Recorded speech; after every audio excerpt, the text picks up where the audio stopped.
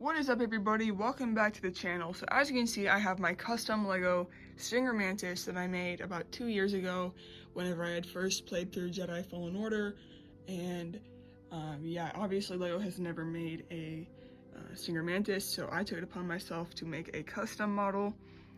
And this is how it ended up. This is the final form. I actually ended up making multiple videos upgrading it. If you look at the first design of it that I made, it was pretty bad, but then through time and stuff I was able to upgrade it and make it better. But I wanted to go ahead and show you guys what it's like in its final form, I guess, because the last time I made a video about it was about exactly a year ago whenever Jedi Survivor came out, which, by the way, oh my gosh, I love that game so much. But yeah, I had made a update video about it, and then shortly after that update video I gave it its final upgrades. So yeah, I'm gonna go ahead and just show you guys my custom Stinger Mantis. Before we get into it, I just want to tell you guys again, this is 100% custom by me. None of this was you know, using custom set design or ideas or anything like that. It's all my design. So let's get right into it. So first things first, the scale of this thing is actually quite large, and I'm really happy with how big I was able to make it, because I feel like it would have been really easy to make it a lot smaller, but because I didn't know if I had like the enough tiles to make it as big as I did, but I did have enough, so that's pretty good. For instance, here's my hand. It's pretty big, so I'm happy with that. And then the color scheme is gray, white, red, and black, because in Jedi Fallen Order you could customize the color scheme of your Mantis. They took that feature out in Jedi Survivor because it caused a lot of glitches. So whenever people would change their the color of the ship, the game would start to lag and crash and stuff. So they took that feature out. So it's not uncanon to make it a different color, because that is a feature. They just took it out because it was breaking the game pretty much. So that's why I made it out of this color scheme, because I had the most amount of extra pieces in this color scheme. So one thing I'm really happy about is the way that the front cockpit looks. So as you can see, it kind of curves up like this, and then it goes right into the cockpit. And I actually designed it how it is in the game. So those gray bricks are like beams in the ship, and then I used clear 1x2s to put that together, and it's really cool. I really like how that turned out. And it is called the Stinger Mantis because it has these sort of like stingers on the front here. So that is what that is. And then yeah, as you can see on the side here, we do have the snot technique going all along the side, which is studs on top. I really like how that looks, because I was able to give it a lot more detail, make it look tiled off, and then also like add like the red stripe and just everything like that. And then obviously a landing or a ramp to get in to the ship. And then on the other side, it is the same thing. This ramp kind of caves in sometimes, but yeah, same thing. Studs down on top, and then over here we have a little landing gear thing. Also, the landing gear on the bottom, I'm not trying to make it look real fancy and stuff. I just literally put it there just to support the ship. So that's what that is, because it is a very heavy ship. But yeah, so one of the biggest changes from the last video I made about a year ago was the back here. So the way that the Stinger Mantis is designed is all up here is like the living area, the cockpit, and then back here is the engine, and also the wing that rotates depending on if it's landed or flying. Mine does not actually rotate. I would not plan on picking it up very often, so that's why I did not give it that feature. I mean, if I was going to pick it up and play with it all the time, then yes, I would have given it that feature, but I just display it, so that's why it is always going to be in landing mode. But I still think it looks really cool.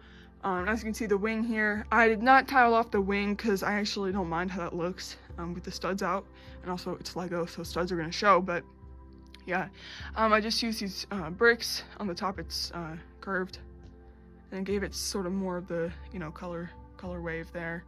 And then on the back, there's no, or the studs are I can't even show, but there's no studs on the side. It's just the back of these plates, but that's okay. And so, yeah, so as you can see, this like middle curved part right here, this is what would rotate. And beforehand, I had it all blocked. Like, there was not a height difference from this level to this level, which was inaccurate because the ship itself, it does have like a circular thing in the middle here. So I did go ahead and do that. It was kind of hard to do, to like change that design from what I had, but it was worth it. And then if you take a look here, this is also the side engine that jolts out there using Technic. And then, yeah, I really like how that ended up. I mean, pretty simple design. And then in the back, we just have a bit more detail there. And then these are also back engines as well, which actually I really like how it looks. It's very accurate to the ship itself. And yeah, like I was saying, there's no studs in the back there, but I did give it some red to make up for, you know, the lack of detail, I guess. So yeah, that's one of the biggest changes. And then on the back here, it's also the same thing. It's curved with a distinct height difference, which I'm very proud of. So that is that. Also, there were a few minor changes to the top of the ship. Like, I used to have translucent pieces up here, but I changed them to gray. And then up here, I gave it 2 clear studs because technically there's like a little sunroof right there. So that's what I did with that. And as you can see, it's all tiled off on the top here. So whenever I was going into making this ship, one of my main things was that I wanted it to have an interior, which is partly why I made it so big in the front half, because I really wanted to have an interior for it, because I just really like LEGO ships and sets that have interiors. So basically the way you get into the interior is you just pull this off. It's actually not connected to anything, but I do have these studs on the bottom that kind of keep it in place.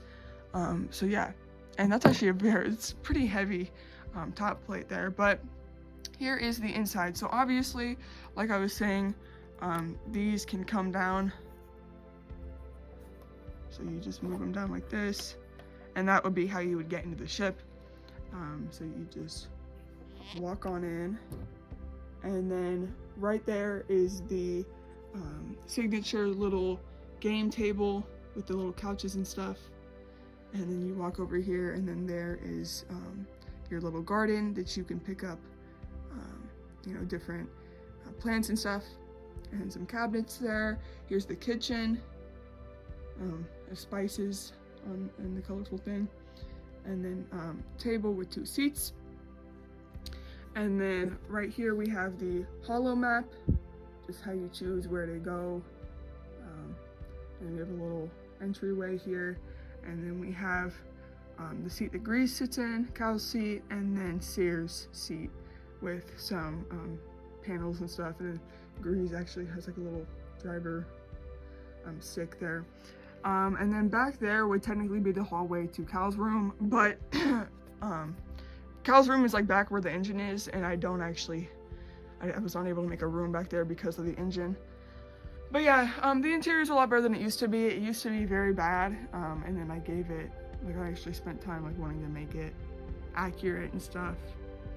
So that's what I did. And yeah, you can fit minifigures in here. They can stand up, and you can shut it and everything. So yeah, but that is my Stinger Mantis update. Like I said, it wasn't too many changes from last time, but it was enough to where I figured it garnered another little video.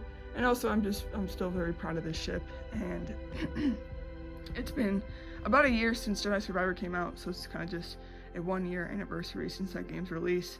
But anyways, guys, if you did enjoy the video, make sure to hit like, and I'll see you in the next one. Peace.